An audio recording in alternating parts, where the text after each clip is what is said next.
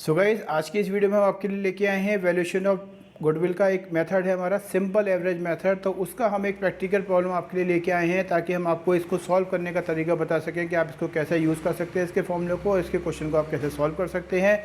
तो गाइज अपनी स्क्रीन पे आप देख रहे हैं कि यहाँ पे हमने आपके लिए क्वेश्चन लिया है। हमने ये क्वेश्चन दोनों लैंग्वेज में लिया है, हिंदी में भी और इंग्लिश में भी, ताकि जो भी आपकी लैंग्वेज है उसमें आप इसको क्वेश्चन को ईजिली समझ सकें। हम आपको दोनों लैंग्वेज में ये क्वेश्चन को समझाते हैं। सबसे पहले हम बात करते हैं इसमें कि Ashok sold his business to Mukesh, calculate the value of goodwill into consideration the following factors. तो गाइस यहाँ आपको इन्होंने क्वेश्चन दिया है कि अशोक ने मुकेश को अपना व्यवसाय बेचा और निम्नलिखित बातों को ध्यान में रखते हुए आपको ख्याति का मूल्यांकन की गणना करनी है, जिसमें आपको कुछ पॉइंट दिए गए हैं। जिसमें सबसे पहले आपसे कहा है कि goodwill is valued at 2 year purchase of the average profit of the last 5 year profit.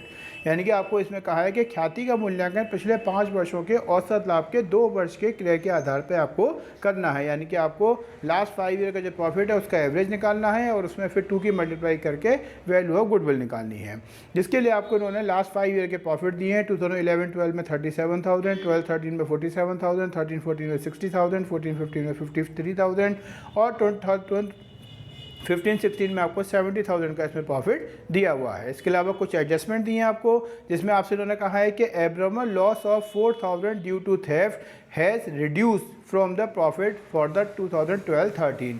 यानी कि आपसे इन्होंने कहा है कि वर्ष 2012-13 के लाभ में चोरी के कारण 4,000 रुपये की असामान्य हानि घटाई हुई है। इसके अलावा आपसे कहा है कि profit for the year 2013-14 include abnormal profit of 5,000। यहाँ पर उन्होंने कहा है कि वर्ष 2013-14 के लाभ में 5,000 रुपये की असामान्य आय सम्मिलित थी।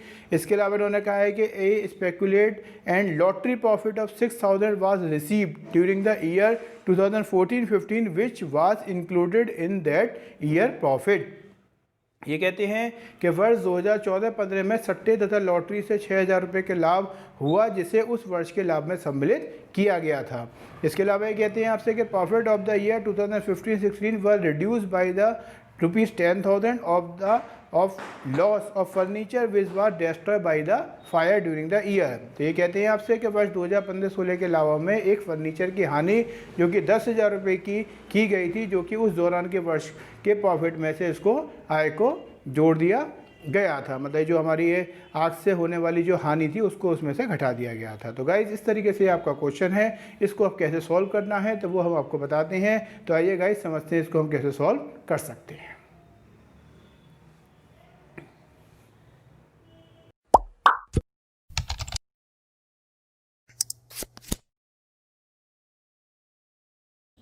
सो गाइस जैसे कि आपने अपनी स्क्रीन पर देखा कि हमने आपको एक क्वेश्चन बताया था वैल्यूएशन ऑफ गुडविल का, जो कि हमारा सिंपल एवरेज मेथड का है। तो हम इसको सॉल्व करके बताते हैं कि इसे आप कैसे सॉल्व कर सकते हैं। आइए गाइस समझते हैं इस क्वेश्चन को।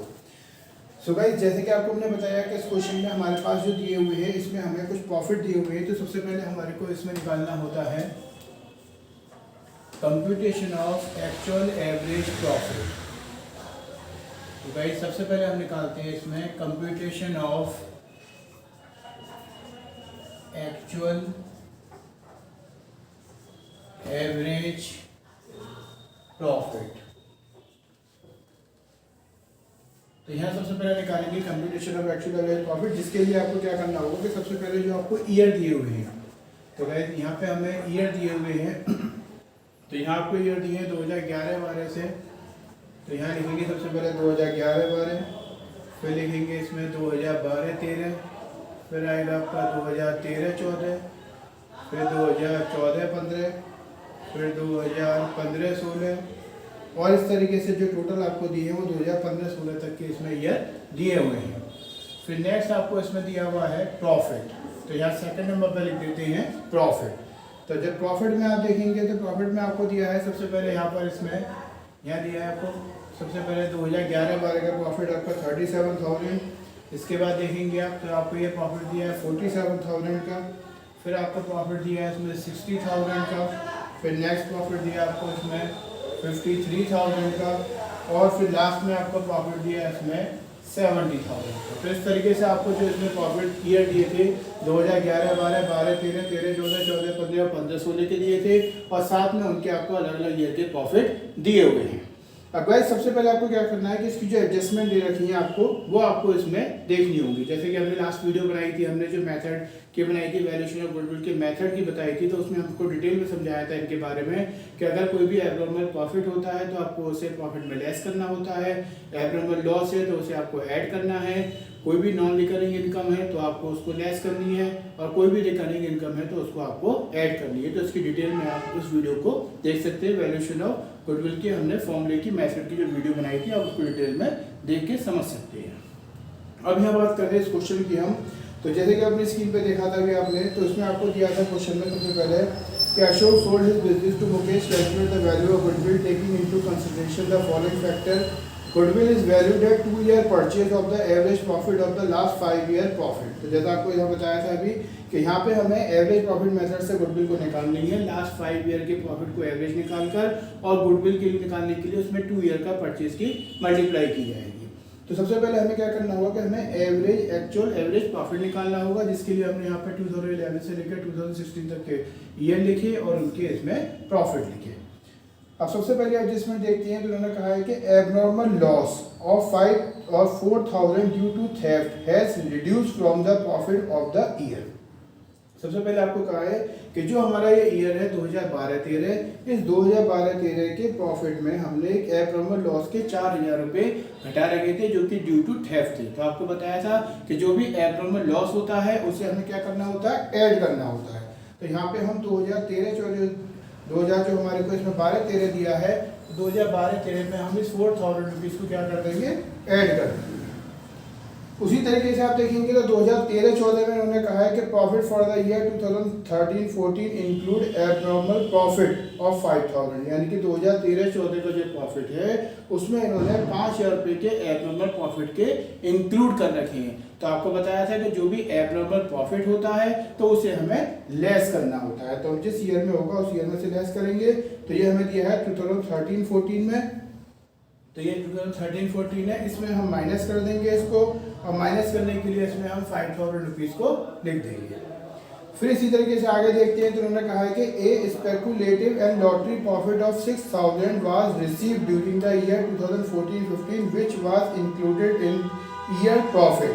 तो यहाँ पे कहते हैं कि 6,000 रुपये का हमारा एक प्रॉफिट है जो कि लॉटरी की इनकम का है, जो कि 14-15 में हमने जोड़ रखा है। तो गाइस जो लॉटरी का इनकम का प्रॉफिट होता है वो भी हमारा एबनॉर्मल प्रॉफिट होता है, तो उसको भी हमें जिस ईयर में वो इंक्लूड हो उस ईयर में से उसे हमें लेस करना होता है। तो आप यहाँ देखेंगे कि इसमें यहाँ पे दिया है इन्होंने 2014-15 में 6,000 का, तो 2014-15 में 6,000 का जो हमारा लॉटरी की इनकम हुई है उसके कंसर्न प्रॉफिट को भी हमें लेस करना होगा। उसके बाद आप देखेंगे कि profit of the year 2015-16 was reduced by 10,000 of the loss of furniture. तो गाइस यहाँ पे इन्होंने कहा है कि जो हमारा प्रॉफिट है 2015-16 में 10,000 रुपये का, वो लॉस ऑफ फर्नीचर की वजह से क्या हो गया था, डिस्ट्रॉय हो गया था। तो अब ये लॉस ऑफ फर्नीचर की वजह से जो डिस्ट्रॉय हुआ है, तो ये हमारा क्या हुआ, एबनॉर्मल लॉस हुआ। तो इस एबनॉर्मल लॉस को भी हम क्या कर देंगे, ऐड कर देंगे। और किस ईयर में ऐड करेंगे, 2015-16 में। तो 2015-16 में इस 10,000 के प्रॉफिट को हम क्या कर देंगे, ऐड कर देंगे। तो इस तरीके से सारी एडजस्टमेंट करने के बाद हम इसका निकालेंगे अब एक्चुअल प्रॉफिट। तो गाइस एक्चुअल प्रॉफिट निकालने के लिए यहाँ पे लिखेंगे हम इसमें एक्चुअल प्रॉफिट। तो एक्चुअल प्रॉफिट का सिंपल फॉर्मूला हो जाएगा। इसमें जो भी हमने एड लेस करने के बाद जो वैल्यू बचेगी वो हमारी एक्चुअल प्रॉफिट होगी।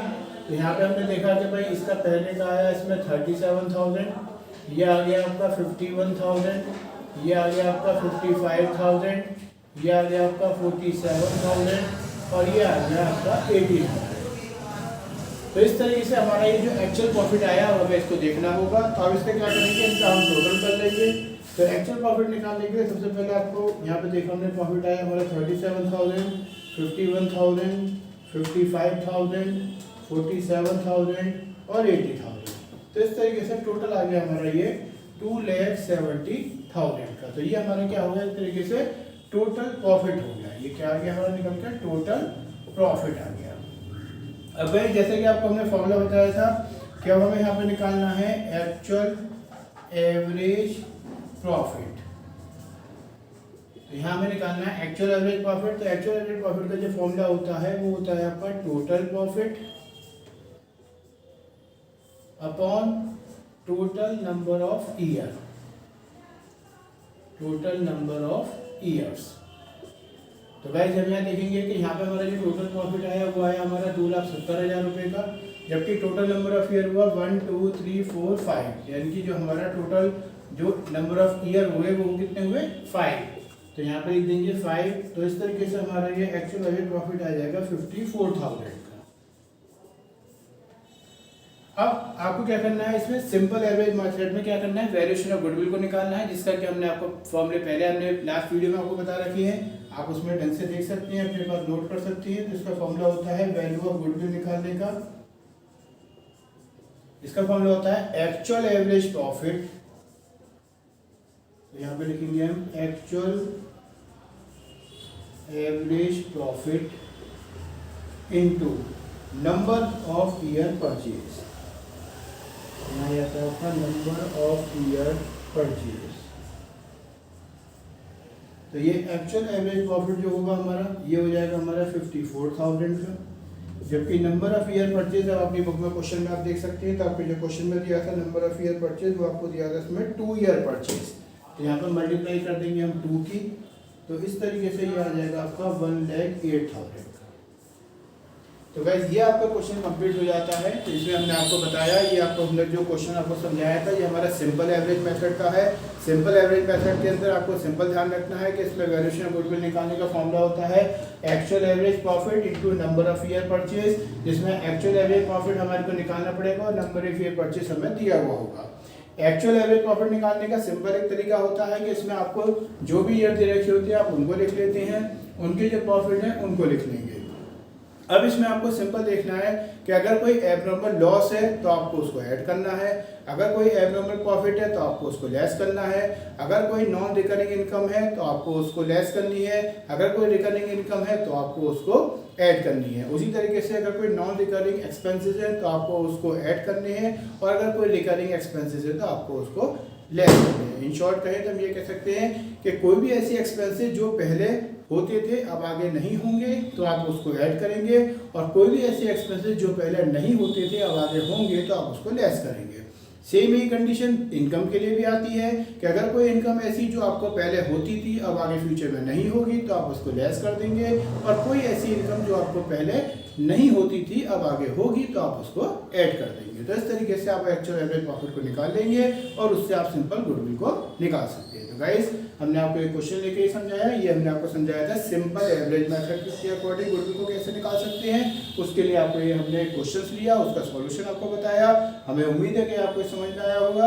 अगर अब भी आपको कोई डाउट प्रॉब्लम रह जाता है तो आप हमें प्लीज़ कमेंट कर सकते हैं ताकि हम और इजी वे में आपको समझाने का प्रयास कर सकें। तो गाइस नेक्स्ट वीडियो में हम आपके लिए लेके आएंगे अब वेटेड एवरेज मेथड का। हम आपको बोलने की कोशिश करते हैं कि हर मेथड के हम आपको एक सॉल्यूशन दे सकें ताकि आप उनको यूज़ करना आसानी से समझ सकें। तो गाइस अगर इसमें अभी भी कोई डाउट है तो आप हमें प्लीज़ कमेंट कर सकते हैं। हमें उम्मीद है आपको ये वीडियो पसंद आई होगी। अगर आप हमारे साथ चैनल के साथ अभी तक नहीं जुड़े हुए हैं तो प्लीज़ आप उसको सब्सक्राइब जरूर कर दें और वीडियो को लाइक कमेंट शेयर भी करते रहें। Thank you.